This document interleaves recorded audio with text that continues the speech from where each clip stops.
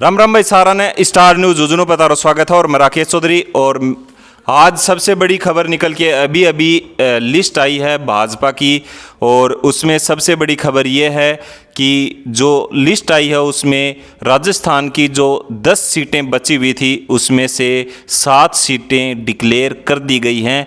और जो लोग कयास लगा रहे थे सबसे ज़्यादा जिनका नाम उछल रहा था, और कईयों ने कयास लगाया कि शायद महिला को टिकट दी जाएगी, लेकिन ऐसा कुछ भी नहीं हुआ। और अब की बार झुंझुनू से लोकसभा के लिए टिकट दे दी गई है शुभकर्ण चौधरी को।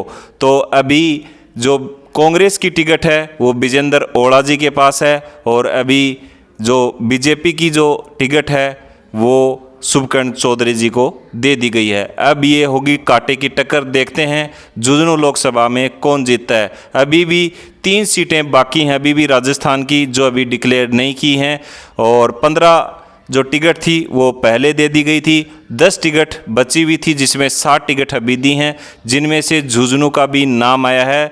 और दूसरे नंबर पे हमारे झुंझुनू की डिक्लेयर की है, शुभकर्ण चौधरी को टिकट दे दी गई है। अब देखना ये होगा कि कौन जीतता है कौन हारता है, भाजपा या फिर कांग्रेस। विजेंद्र ओड़ा के सामने होंगे भाजपा के शुभकर्ण चौधरी, जो कि आपको हम थोड़ी सी और भी बता देते हैं, जो कि संतोष अहलावत जी के सगे हैं। तन्मय अहलावत के ससुर जी शुभकर्ण चौधरी को टिकट दे दी गई है। अब देखना होगा, कांटे की टक्कर है बिल्कुल कांग्रेस और बीजेपी की यहाँ से झुंझुनू लोकसभा से। तो देखना होगा कि अब की बार, और अभी टाइम है वो भी बहुत कम बचा है, अभी 22-23 दिन ही बचे हैं।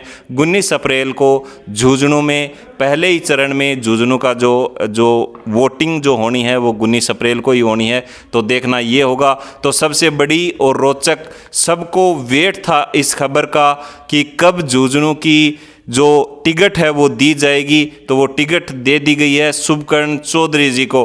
काफ़ी लोग कयास लगा रहे थे महिलाओं के लिए, हरसिन कुलहरी और जो तोमर गरसा, शालिनी तोमर गरसा, उनके बारे में भी लगा रहे थे कि महिला को दी जाएगी, संतोष जी अहलावत को दी जाएगी। लेकिन संतोष जी अहलावत ने अपनी ताल नहीं ठोकी, क्योंकि उनको पहले से ही पद दे दिया गया था।